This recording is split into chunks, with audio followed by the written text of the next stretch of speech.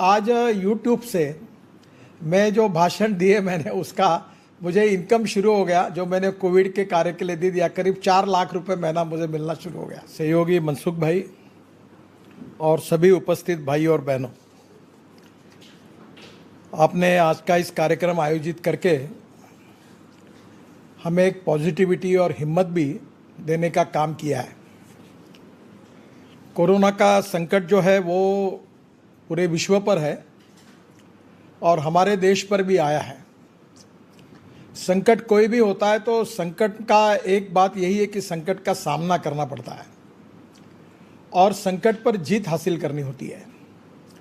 और जीत हासिल करने के लिए, विजय प्राप्त करने के लिए, अभी पूजनीय स्वामी जी बता रहे थे कि भगवत गीता, इसमें जिस प्रकार से भगवान श्री कृष्ण ने मार्गदर्शन किया है, मुझे इसका अनुभव इस समय मिला।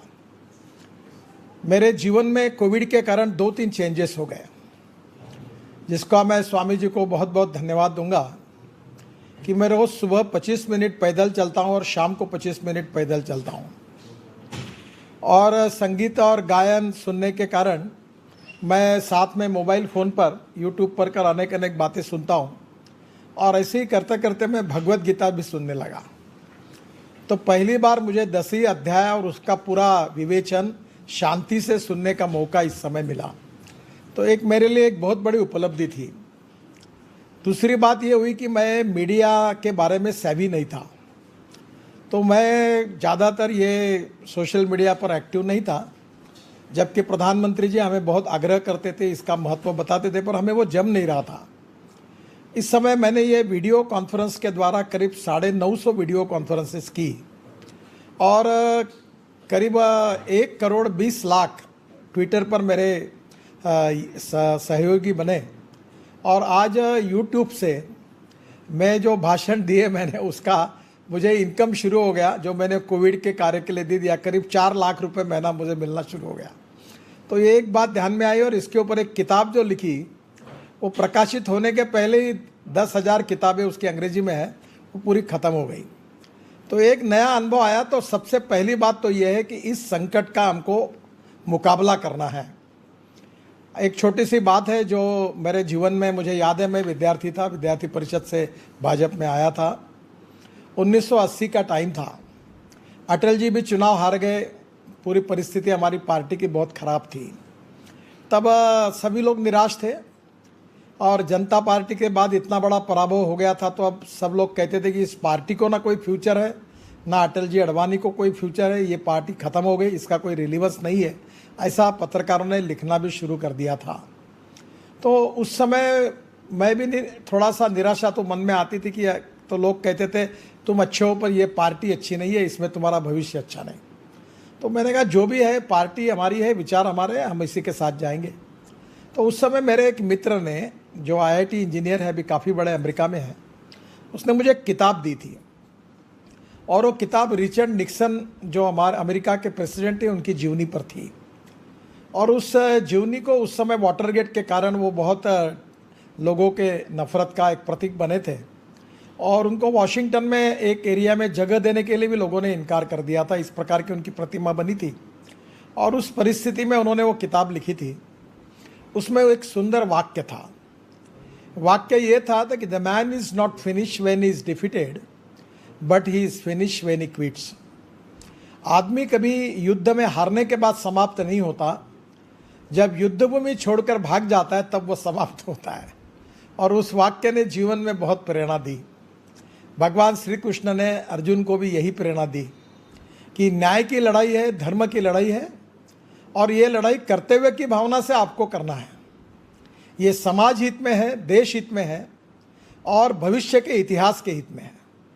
तो आखिर जो संदेश भगवान श्री कृष्ण जी ने दिया था भगवत गीता के रूप में, सबसे पहले हम सब लोगों को मिलकर पॉजिटिविटी एंड सेल्फ कॉन्फिडेंस, आत्मविश्वास, इसका समाज में निर्माण करने की भरकस कोशिश करनी पड़ेगी।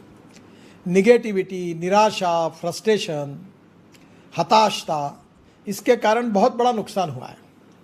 चाहे हम हॉस्पिटल में जाएंगे, समस्या है, तो मुझे पहले 2 बातें कि आप हमारे सब जगह पर हमको पॉजिटिविटी और सेल्फ कॉन्फिडेंस, आत्मविश्वास समाज में सभी तबकों में निर्माण करने में हम जैसे, आप जैसे प्रमुख लोगों के मार्गदर्शन से निश्चित रूप से ये हासिल होगा। 2-3 बातें जो मेरे ध्यान में आई, जो इसमें से हम आत्मनिर्भर भारत बनते समय आरोग्य सुविधाओं के बारे में भी बनने की कोशिश कर रहे हैं, पर इसमें 2 बातें ध्यान में आई कि हमारी हेल्थ सर्विसेज को जब संकट गहरा आया है तो वो पर्याप्त नहीं है, इसमें और कुछ काम करने की आवश्यकता है और सरकार लगातार ये प्रयास कर रही है।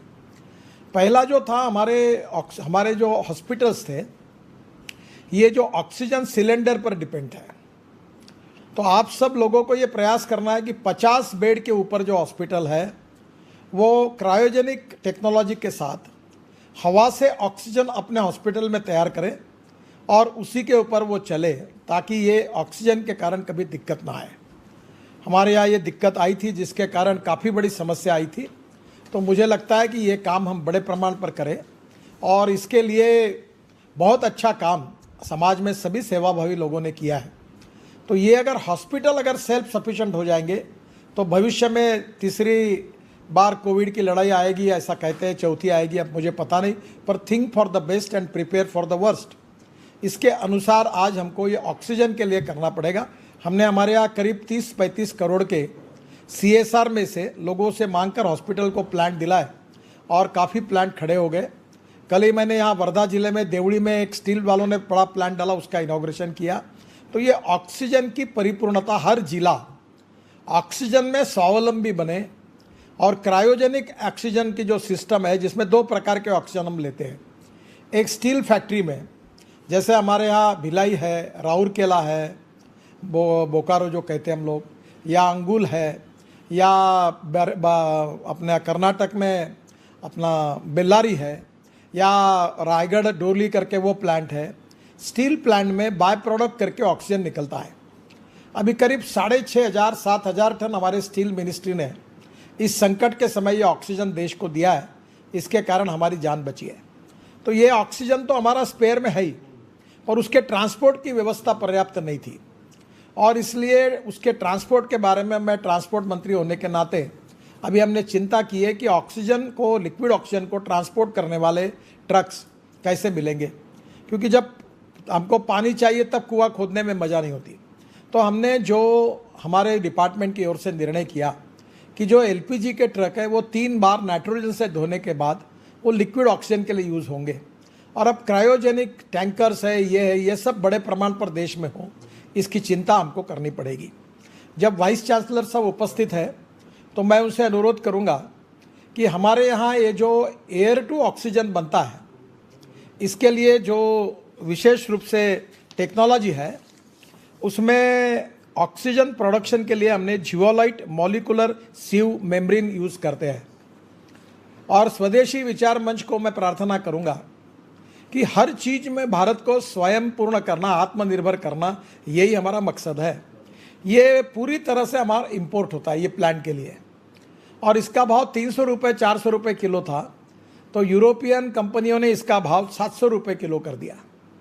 और इसमें जो हमारी लिथियम है उससे भी ये बनता है, पर उसकी कॉस्ट 2,000 रुपये किलो आती है। तो हमारी यूनिवर्सिटी, हमारा रिसर्च, ये जो ऑक्सीजन प्रोडक्शन के लिए जियोलाइट मॉलिकुलर सीव मेम्ब्रेन है, इसका रिसर्च करके इसके ऑप्शन को लेकर आए, ताकि हमारे देश में बड़े प्रमाण पर ये हो।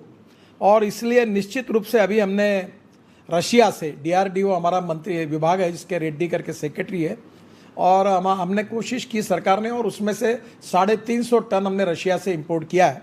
और ये प्लांट अब बड़े प्रमाण पर बनकर NHI के तरफ से हम वहाँ का सिविल का काम, जगह जगह डिस्ट्रिक्ट हॉस्पिटल का वगैरह हम हमारे तरफ से भी कर रहे हैं, और निश्चित रूप से ये मिल जाएगा। पर इसका रिसर्च करके ये क्या हो सकता है ये देखिए। तीसरी बात जो हमारे ध्यान में आई कि तालुका प्लेस पर और नगर परिषद के क्षेत्र पर सबसे बड़ी कमी है कि वहाँ जो वेंटिलेटर भी नहीं है, ऑक्सीजन कॉन्सनट्रेटर भी नहीं है, और बायपैक भी नहीं है। और ये अनुभव जो है, इसमें हमारी धार्मिक संस्थाएं, एजुकेशनल इंस्टीट्यूशन, सोशल ऑर्गेनाइजेशन बहुत काम कर सकती है। इस समय जब ये समस्या आई तो हमने कोशिश की, और हमको लोगों ने डोनेशन में मदद की। हमने करीब 3,000 ऑक्सीजन कॉन्सनट्रेटर लाए, करीब 1,500 से 2,000 ये बायपैक लाए, जो स्पाइस जेट के अजय सिंह करके है, अपने परिवार के विचार कार्यकर्ता ही है, उनकी लड़की काम करती है। वो स्पाइस जेट का 34-35 हज़ार का एक छोटा बाईपैक यूनिट है, वो मैंने कम से कम 2000 लाए इमीडिएटली, उससे भी लोगों की जान बच गई। तो पहली बात मैं आपको सबको सुझाऊंगा कि हमारी जो सोशल ऑर्गेनाइजेशन है, धार्मिक संगठन है, वो ऑक्सीजन सिलेंडर के लिए और ऑक्सीजन कॉन्सेंट्रेटर के लिए बैंक बनाए। अभी हमारे यहाँ छोटे छोटे इसमें 3 कार्यकर्ताओं ने ये काम किया। उन्होंने क्या किया कि ऑक्सीजन सिलेंडर अपने घर में 100-150 रखे और जिसकी तबीयत सीरियस होती थी वहाँ सिलेंडर पहुँचाते थे और ये सिलेंडर में वो ऑक्सीजन भर के लाते थे। तो अब मैंने उनको मदद भी की, एक एम्बुलेंस भी दी और उसके साथ साथ उनको 300 सिलेंडर दुबई के अपने भारतीय लोगों ने लाकर वो भी वहाँ से इंपोर्ट करके दिए। तो ऐसे एक कटारे करके है, एक हमारा छोटू बोरीकर करके है और एक कार्यकर्ता है। तीनों ने मिलकर इसका उपयोग करके इसका काम शुरू किया। तो मैं आपको सबको एक अनुरोध करूंगा, मैं अभी शुरू कर रहा हूं। विदर्भ के 10 डिस्ट्रिक्ट में करीब 10-12 लोकसभा क्षेत्र है, तो तालुका प्लेस पर कम से कम 5 और नगर परिषद क्षेत्र पर 5 और जो बड़े डिस्ट्रिक्ट सेंटर है उसमें 2 सेंटर और नागपुर जैसे बड़े शहर है उसमें विधानसभा वाइज एक सेंटर, एक ऑक्सीजन कॉन्सेंट्रेटर की बैंक खोल रहा हूँ। यानी इसके लिए मुझे अभी ऑक्सीजन के ये आ गए, मेरे पास अभी 500-600 स्टॉक में है। और जो चैरिटेबल ऑर्गेनाइजेशन है, धार्मिक संस्था है, मंदिर ट्रस्ट है, एजुकेशन इंस्टीट्यूशन है, कोऑपरेटिव है, कोई सेवाभावी कार्यकर्ता है, कोई सीनियर सिटीजन का क्लब है, इनको 5-5 मैंने उनसे आवेदन मांगने का तय किया। कल पेपर में जाहिर कर रही योजना, और वो आवेदन मांगकर हम उनको 5-5 कॉन्सेंट्रेटर देंगे, उसका ट्रेनिंग भी देंगे। और वही लोग फिर वहाँ अगर किसी की तबीयत सीरियस हो गई तो 1 मिनट में वो कम से कम 100 लीटर तक ऑक्सीजन दे सकता है, तो लोगों की जान बचा पाएंगे। इस समय सब तकलीफ का विषय ये था कि ऑक्सीजन न होने के कारण लोगों की मृत्यु हुई, ये अच्छा नहीं हुआ। और इसलिए लोगों की जान बचाने के लिए ऑक्सीजन कॉन्सेंट्रेटर और बाईपैक, अब ये यूनिवर्सिटी काफ़ी रिसर्च कर रही है। पूना में कुछ लोगों ने 25,000 रुपये में एक बनाया है, काफ़ी लोग काम में लगे हैं। हमारे वाइस चांसलर जो है उनको मेरा अनुरोध है कि ऑक्सीजन ये जो कॉन्सेंट्रेटर है, बाईपैक्स है, वेंटिलेटर बहुत बड़ी बात हो गई। मैंने कम से कम 600-700 वेंटिलेटर भी लोगों को, हॉस्पिटल को इस बार डोनेट किए। हमारे यहाँ मेड़घाट करके तालुका है जहाँ कुपोषण से 2000 आदिवासी बच्चे मरे थे, तो वहाँ हमने ये किया तो उसका फ़ायदा मिला, काफ़ी लोगों की जान बची। दूसरा एक बहुत बड़ा काम हमारे यहाँ मनसुख भाई जी ने हमारे लिए किया। देखिए, ये बात जब किसी दवाई की कमी है, शॉर्टेज है, तो स्वाभाविक रूप से अब दुर्भाग्य देखो कैसा, अब ये बताते समय भी मुझे संकोच हो रहा है कि रॉ मटेरियल बाहर से आता है, पेटेंट बाहर का है और दवाइयाँ देश को चाहिए और दवाइयाँ हमारे पास नहीं है। ये जो बात है, इसमें मनसुख भाई ने हमें बहुत मेहनत करके, हम उनके पीछे भी पड़े, उन्होंने बहुत मेहनत की और हमें परमिशन दी। और रेमडेसिविर करके जो इंजेक्शन है, मैंने उसके लिए एक कंपनी को तैयार करके वर्धा में यहाँ इसका प्रोडक्शन शुरू किया। और आपको बताते हुए मुझे खुशी हो रही है कि आज के इसमें वो 30,000 पर डे इंजेक्शन बना रहा है। पूरे महाराष्ट्र के सब जिलों में हमने इतना सरप्लस कर दिया मनसुख भाई, लोग आपको दुआएं दे रही है कि आज कोई हमारे यहाँ इंजेक्शन मांगता नहीं, हम सरप्लस है। अब आप लोगों को कहीं हरियाणा में, पंजाब में, कश्मीर में, उत्तर प्रदेश में और कहीं ज़रूरत होगी तो मुझे फ़ोन करो, मैं यहाँ के डिस्ट्रिक्ट कलेक्टर की अनुमति से आपको वहाँ इंजेक्शन देने की व्यवस्था करूँगा। तो ये हो नहीं सकता, ऐसा नहीं है। हमने वो लाया, रॉ मटेरियल लाया, सब कुछ किया, बहुत तकलीफ है, इस पर किताब लिखने लायक अड़चने आई थी, पर हमारे पॉजिटिविटी के कारण और मनसुख भाई के सहयोग के कारण फिर हम उसमें से निकल गए। राज्य सरकार ने भी सहयोग किया, हमारा प्रोडक्शन शुरू हो गया। अब रेमडेसिविर का हमारे यहाँ शॉर्टेज नहीं है, 30,000 इंजेक्शन पर डे बना रहे हैं हम। डिस्ट्रिक्ट कलेक्टर को हमने पूरे महाराष्ट्र में सब जिलों में ये दे दिया। अब दूसरी अड़चन आई, वो जो आई है कि विशेष रूप से ये हमारे ब्लैक फंगस, ये मनसुख भाई ये भी एक बहुत इंपॉर्टेंट बात है। ये ब्लैक फंगस का जो इंजेक्शन है, एम्ब्रोटेरिसिन कुछ तो भी है, अब इसके एक इंजेक्शन की कीमत है 7,400 और किसी को 10 लग रहे, किसी को 30 लग रहे। आप समझ लो, गरीब आदमी कोविड से बाहर निकला और उसको बार किसी के आँख गए, किसी के दांत चले गए, किसी की लंग्स इन्फेक्ट हुई है, बहुत संकट है बड़ा। लोगों को इसकी अभी पूरी कल्पना नहीं आई है। हमारे यहाँ 5,000 पेशेंट महाराष्ट्र में भी इसके हैं। मुझ नागपुर में 5-7 लोगों के आंखें चली गई है और इसका शॉर्टेज है और ये इंजेक्शन हमारे यहाँ नहीं मिल रहा है। मैंने सभी डॉक्टरों को बुलाया था और मनसुख भाई हमने इसका भी लाइसेंस मिला है मैन्युफैक्चरिंग का और वो ड्रग कंट्रोलर से मिल गया। स्वराज साहब तुरंत ही चालू करो एम्फोटेरिसिन इंजेक्शन बनाने का। सहयोग जो भी आवश्यकता हो मुझे बोलना, मैं मदद करूंगा, जरूरत है बहुत। आपका सहयोग इसलिए चाहिए कि इसका जो रॉ मटेरियल है, क्योंकि बनाने वाले 2-3 ही कंपनियां हैं, तो कल बड़ौदा के एक यूनिट से उसने हमको 1 किलो दिया सिप्ला का निकाल के, वो यहाँ आया है और वो 8 दिन में उसका जो पीरियड है कि 14 दिन का टेस्टिंग लगता था, जैसे आपने रेमडेसिविर के लिए 7 दिन का पीरियड किया है, तो कल वो हमको मिलेगा और 7 दिन में हमारे ये 30-40 हज़ार इंजेक्शन बन जाएंगे। तो हमारे अनेक लोगों की आंखें बचेगी और अनेक लोगों का जान बचेगी। इसमें रॉ मटेरियल जो है वो बड़ौदा की एक कंपनी से हमको मिला है, पर ये रॉ मटेरियल थोड़ा उपलब्ध कराने में अगर आपका मार्गदर्शन और सहयोग मिलेगा तो सबसे बड़ी बात ऐसी है मनसुख भाई कि हमारा यहाँ जो इंजेक्शन तैयार हो रहा है उसकी कीमत केवल 1600 है और ये जो मार्केट में ये 7400 का है। तो ये हम लोगों, मैंने ये किया कि CSR में इसके ऊपर 2-3 करोड़ डोनेशन लाकर ये इंजेक्शन खरीद करके कलेक्टर के पास गरीब लोगों को ये दिए। मुझे एक बहुत गंभीर घटना आपको बताना है। डॉक्टर तांबे करके अपने विचार परिवार के हैं, वो बहुत ऑपरेशंस कर रहे हैं, डॉक्टर कापरे और तांबे, बेचारे बड़े डॉक्टर है, वर्ल्ड रिनाउंड डॉक्टर है दोनों, पर एक पैसा अपेक्षा न रखते हुए लोगों की सेवा कर रहे हैं। उन्होंने कहा कि एक 24 साल की लड़की मेरे पास आई और दवाई मार्केट में अवेलेबल नहीं है, तो मैंने उसको कहा मैं तुमको एडमिट नहीं कर सकता, उसको ये फंगस अंदर घुस गया है। अब मेरे सामने मैं देख रहा हूँ कि 10-15 दिन में ये अंधी हो जाएगी और मैं उसके लिए कुछ नहीं कर सकता। ये कहते कहते वो प्रख्यात डॉक्टर बेचारे रोने लगे। तो आज हमारे पास ये जो दवाइयाँ है कौन सी लग सकती है, इसका प्रोडक्शन हर स्टेट में जॉइंट वेंचर में अनुमति देकर, जैसे महाराष्ट्र में मनसुख भाई जी ने हमको सहयोग किया है, बाकी जगह भी ये इनिशिएटिव लिया जाएगा। तो आज इसमें इमीडिएट कुछ बातें करने लायक है, कुछ मिड टर्म में, कुछ लॉन्ग टर्म है।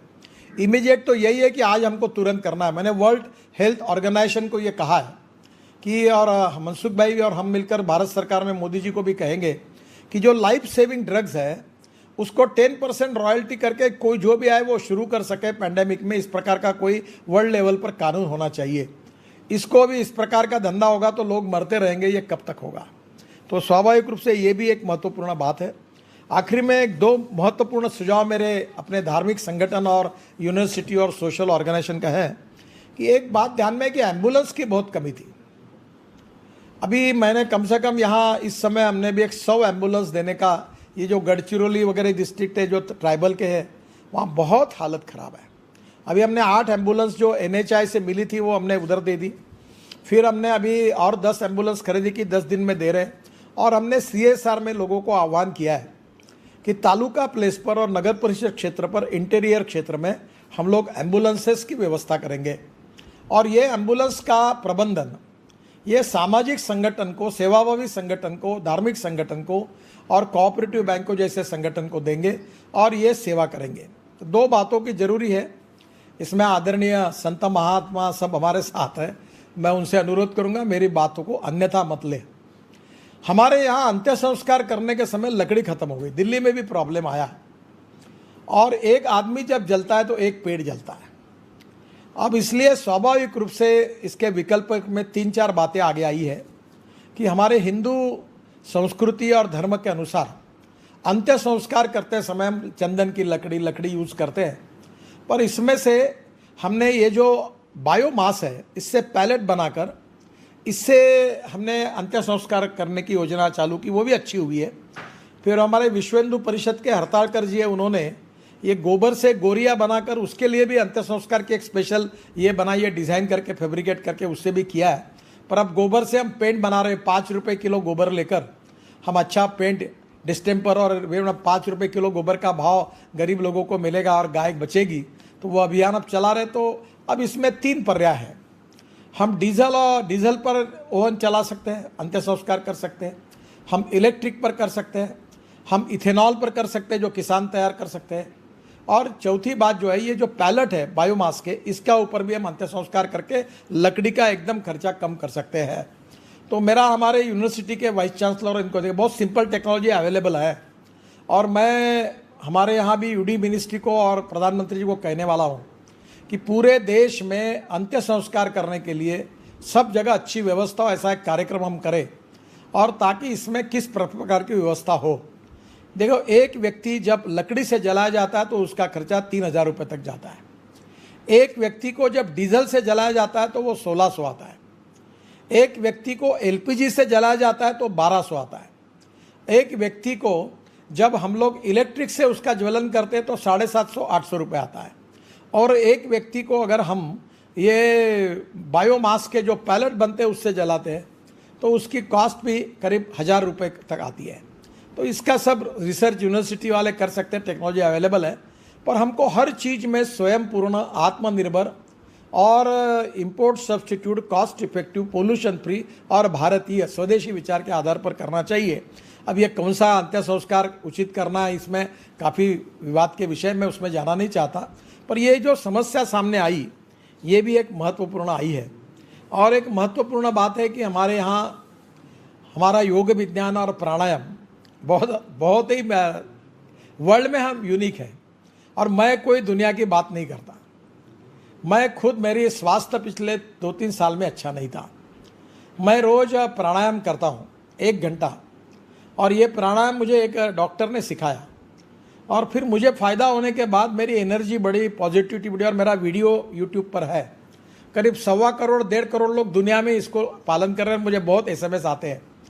तो प्राणायाम जो है ये इसके ऊपर बहुत अच्छा उपाय है, और मेरा पूरा इन्फेक्शन निकल गया। मेरा आपसे अनुरोध है कि योग विज्ञान और आयुर्वेद, इसमें हमारे अलग अलग प्रकार की बातें आई है, इसका उपयोग करना ये बहुत उपयोगी साबित हुआ है। आयुष मिनिस्ट्री ने भी काफ़ी इसमें गाइडलाइन निकाली है। तो पहले योग विज्ञान का और आयुर्वेद का उपयोग करें, बाकी भी पर्यायों का उपयोग करें, और आखिर नहीं कुछ तो एलोपैथी का भी उपयोग करें। हमें लोगों की जान बचानी है, और इस प्रकार का नॉलेज लोगों में देने में आप जैसे प्रमुख लोगों की भूमिका महत्वपूर्ण है। मैं 2 बातें अक्सर कहते रहता हूँ, एक innovation, entrepreneurship, science, technology, research, skilled and successful practices. We name it as a knowledge, and conversion of knowledge into wealth हमारा भविष्य है। हमारी मूल्याधिष्ठित जीवन पद्धति, हमारा धर्म और कर्तव्य के साथ जुड़ा हुआ विचारधारा, ये निश्चित रूप से हमारे लिए अनुकरणीय है। और जो जीवन मूल्य हमें हमारे संस्कृति से, इतिहास से, रामायण महाभारत से लेकर विवेकानंद जी से लेकर अभी तक हमें मिले हैं, और जो भारतीय संस्कृति, इतिहास और विरासत के प्रेरणा लेकर हम काम कर रहे हैं, उसके आधार पर उसको ज्ञान, विज्ञान, तंत्र विज्ञान की जोड़ देकर हम विश्व गुरु बनने का संकल्प कर रहे हैं। तो मुझे लगता है ये दोनों बातों का समन्वय, ये कॉन्ट्रडिक्शन नहीं है, ये समन्वय है। और इसलिए दोनों के बीच में कोऑपरेशन, कोऑर्डिनेशन एंड कम्युनिकेशन प्रस्तापित करना, ये हमारे जैसे, आप जैसे प्रमुख लोगों के मार्गदर्शन में ही हो सकता है। एक conversion of knowledge into wealth, और दूसरा conversion of waste into wealth. कोई आदमी वेस्ट नहीं है, और इसलिए समाज जीवन को संस्कारित करने का कार्य आप सब लोग कर रहे हैं। प्रबोधन, प्रशिक्षण, रिसर्च एंड डेवलपमेंट ये चल रहा है, पर उसके साथ साथ ये जो संकटों का आयाम बदल रहा है, अभी कभी कोविड आया, आज तो तूफान हमारे महाराष्ट्र में आया, उससे नुकसान हुआ। तो संकटों का एक स्वरूप बदल रहा है, संकटों की ग्रेविटी बदल रही है, और उसकी तीव्रता बदल रही है, तो उसके उपाय भी बदलेंगे।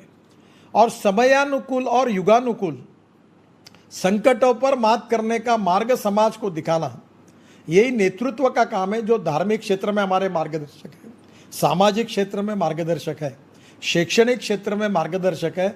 उन लोगों के चिंतन से ही हमें इसके मार्ग निकलेंगे, और एक एक चीज़ को जब हम ठीक करते जाएंगे तो उसका टोटल इम्पैक्ट अच्छा होगा। और स्वदेशी हमारा आत्मा है, चाहे महात्मा गांधी जी ने कहा हो, दीनदयाल उपाध्याय जी ने कहा हो, या स्वर्गीय दत्तोपंत ठेंगड़ी जी ने कहा हो, या अभी भी हम जिसका विचार कर रहे हैं, वो स्वदेशी का विचार हमारा आत्मा है। और उसी के आधार पर हिंदुस्तान को आगे लेकर जाना है। पॉजिटिविटी, सेल्फ कॉन्फिडेंस, आत्मविश्वास को कायम रखना है, निराशा, निगेटिविटी को निकाल देना है, और संकटों का मुकाबला करने की हिम्मत हमारी समाज में, हमारे लोगों में निर्माण करना है। और जो प्रयोग उपाय है, जिसकी चर्चा, कुछ सुझाव मैंने आपको दिए, कुछ आपके भी चिंतन में से आगे आए होंगे, उसका उपयोग हम सब लोग मिलकर करेंगे और मिलकर हमारे एक दूसरे के अच्छे एक्सपीरियंस हम शेयर करते जाएंगे। अभी जैसे यूट्यूब के मीडिया, सोशल मीडिया के कारण ये इतना आसान हो गया है कि एक ने किया हुआ अच्छा काम दूसरे को पता चल जाता है, दूसरे ने किया हुआ अच्छा काम तीसरे को पता चलता है, और इसी से अच्छे कामों की संख्या बढ़ेगी, जिसमें हमारे संत है, हमारे सदगुरु है, अपने हमारे डॉक्टर साहब भी आज इसमें, हरेंद्र पंड्या जी भी है, हमारे स्वामी जी भी है। इनके भी क्षेत्र के अनुभव के जो सार होंगे, जो मार्गदर्शक होंगे, वो हमें सबको उपयोगी होंगे। मैं फिर से एक बार आप सबको, विशेष रूप से हमारे आदरणीय श्रद्धेय महानुभाव मार्गदर्शकों को हाथ जोड़कर उनका अभिवादन करता हूं। और हम सब लोग मिलकर जो राष्ट्रवादी और स्वदेशी के विचार को अपना कन्विक्शन मानकर आगे जाते हैं, हम इन समस्याओं पर मात करके सभी समस्याओं के उपाय ढूंढते हुए हम आगे जाएंगे। और इस समस्या पर मात करके निश्चित रूप से, जिस प्रकार से मैंने टीवी पर देखा कि स्पेन का देखा, और उन्होंने पूरे रोग बाहर आए, सबने मास्क फेंक दिए और होटल्स खुल गए, लोग रोड पर घूमने लगे, आनंद होने लगा क्योंकि सब मुक्त हो गए। इसराइल में हो गया, तो हम भी भारत को कोविड से मुक्त करके हराकर पूरा उसको समाप्त करने का एक आत्मविश्वास, कॉन्फिडेंस, सेल्फ कॉन्फिडेंस, क्योंकि अहंकार और आत्मविश्वास दो शब्दों में अंतर है। अहंकार नहीं होना चाहिए, आत्मविश्वास होना चाहिए। तो हम ये आत्मविश्वास, पॉजिटिविटी के साथ समाज में निर्माण करके हम सब लोग आगे जाएंगे। इसमें आप सबका मार्गदर्शन और आशीर्वाद मिलेगा। फिर से एक बार आपको बहुत बहुत नमस्कार, धन्यवाद। मान्यवर मंत्री महोदय श्रीमान नितिन जी गडकरी ने एक अत्यंत उत्साहवर्धक और जिसको हम होलिस्टिक कहते हैं, सर्वस्पर्शी अभी क्या उपाय हो सकते हैं कोरोना से मुक्ति के, और किस प्रकार देश इस संकट से बाहर निकल सकता है, और उन्होंने किस प्रकार से कॉर्पोरेट सोशल रिस्पॉन्सिबिलिटी के फंड के माध्यम से, अन्य माध्यमों से देश में जो हेल्थ इंफ्रास्ट्रक्चर बनाने की जो पहल की है, निश्चित वह साधुवाद के पात्र हैं। और एक प्रकार से गीता मनीषी ज्ञानानंद जी ने, महाराज ने, स्वामी जी ने जिस प्रकार से धर्म और ज्ञान की चर्चा की, उसी पर आपने समाप्त करते हुए अपने बात को पूरा किया। और मैं सारे विश्वविद्यालयों के, आज बड़ी संख्या में कुलपति यहाँ हैं, 600 के करीब कुल वैज्ञानिक कुलपति और इस प्रकार के सभी लोग हैं। तो मुझे लगता है कि आपने जो आह्वान किया है कि देश भारत को विश्वविद्यालय भारत को आत्मनिर्भर बनाने के लिए उस प्रकार के शोध निश्चित रूप से करेंगे, और हम आपके साथ संपर्क में भी रहेंगे, जिससे कि हम एक प्रकार से सहयोग के साथ, आपस में तालमेल के साथ इस प्रकार के अनुसंधानों की दिशा में आगे बढ़ें। और यहाँ जो मान्यवर कुलपति महानुभाव और सभी परिजन उपस्थित हैं, उनसे भी आग्रह है कि यह जो universal access to vaccine and medicine वाला जो याचिका चल रही है, तो मुझे लगता है कि इस पर देश विदेश में हम अधिकतम हस्ताक्षर करवा के, और एक प्रकार से जो इसी समय में एड्स के विरुद्ध हमने, एड्स के विरुद्ध जिस प्रकार से वैक्सीन एक वैक्सीन के बारे में मेरे मनसुख भाई से भी अनुरोध है, आप सबसे है कि यहाँ जब किसी बात की डिमांड ज़्यादा होती है और सप्लाई कम होता है तो प्रॉब्लम क्रिएट होता है। तो ये वैक्सीन वाली कंपनी एक के बजाय 10 लोगों को लाइसेंस दे और रॉयल्टी भी ले, कोई सेवाभावी करके ना करे। और जैसे मैंने ये दवाइयाँ न होने वाली तैयार कर ली, तो वैक्सीन का प्रोडक्शन अगर 10 जगह खुल जाएगा, जैसे हापकिन को इम्पोर्टेंस मिला है, तो मनसुख भाई मेरा अनुरोध है कि आप हर राज्य में 2-2, 3-3 लेबोरेटरी ऑलरेडी है, मेरी जानकारी है कि उनकी क्षमता भी है और उनके पास इंफ्रास्ट्रक्चर भी है। फार्मूला देकर इनका उनके साथ कोऑर्डिनेशन करके अगर ये संख्या बढ़ाएंगे तो पहले उनको कहिए देश में दीजिए, बाद में ज़्यादा होगा तो एक्सपोर्ट करिए। तो मुझे लगता है ये तुरंत 15 दिन 20 दिन में हो सकता है। तो थोड़ा ये तो मेरे अंदर का विषय नहीं है, आप अनायसे दिल्ली में है, तो ये जो वैक्सीन का प्रॉब्लम है अगर इसमें सुलझाने में अगर आपको उचित लगे तो इसका जरूर विचार करिए। वैसे मनसुख भाई ने बहुत विस्तार से उनके क्या क्या प्रयास है, वॉलंटरी लाइसेंस देश में विदेश में किस प्रकार से दिलाने के भी प्रयास कर रहे हैं, इसको उन्होंने बहुत अच्छे से रखा था कि वैक्सीन की उपलब्धता, और दिसंबर तक सब लोगों का टीकाकरण हो जाएगा। और उन्होंने विश्व में भी यह हमारा वैक्सीन का लाइसेंस देने का भी सूचना दी थी। अब मैं चूंकि कार्यक्रम के लगभग सभी वक्ताओं ने अपने विषय विचार रखे हैं, और अंतिम आह्वान ये करना चाहता हूं कि यहाँ जो उपस्थित है, हम उस universal access to vaccine and medicine वाली याचिका पे अधिकतम हस्ताक्षर करके और ऐसा जन दबाव बनाए कि सारी कंपनियां अधिकतम कंपनियों को लाइसेंस निशुल्क देकर और हम विश्व की मानवता को इससे बाहर निकाले, विश्व की 750 करोड़ से अधिक मानवता को इस संकट से बाहर निकालेंगे। ऐसा माननीय मनसुख भाई ने जो अपने प्रयास बताए, माननीय गडकरी जी ने जो प्रयास बताए, इसके पहले पीएच कुरियन जी ने और पूज्य स्वामी गीतानंद जी ने जो मार्गदर्शन किया, निश्चित रूप से हम उसमें सफलता पाएंगे।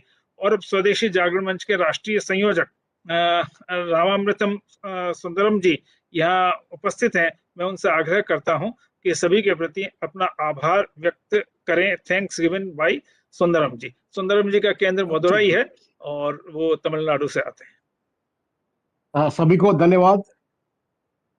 Reverential Swami ji, Gyanananda ji, we thank you very much for guiding us through Bhagavad Gita. Bhagavad Gita is always an everlasting epic, the conversation between Krishna and Arjuna, and you have rightly pointed out few slokas that will give us confidence. बहुत बहुत धन्यवाद ज्ञानानंद जी। Gadkari ji, a man always in a hurry. स्वदेशी हमारा आत्मा है, your golden words, Gadkari ji. Definitely we have taken your inputs. We are conscious that India is importing a lot of things which can be made in this country. With your support, with your active cooperation, the Swadeshi Jagannath will do everything to make import restrictions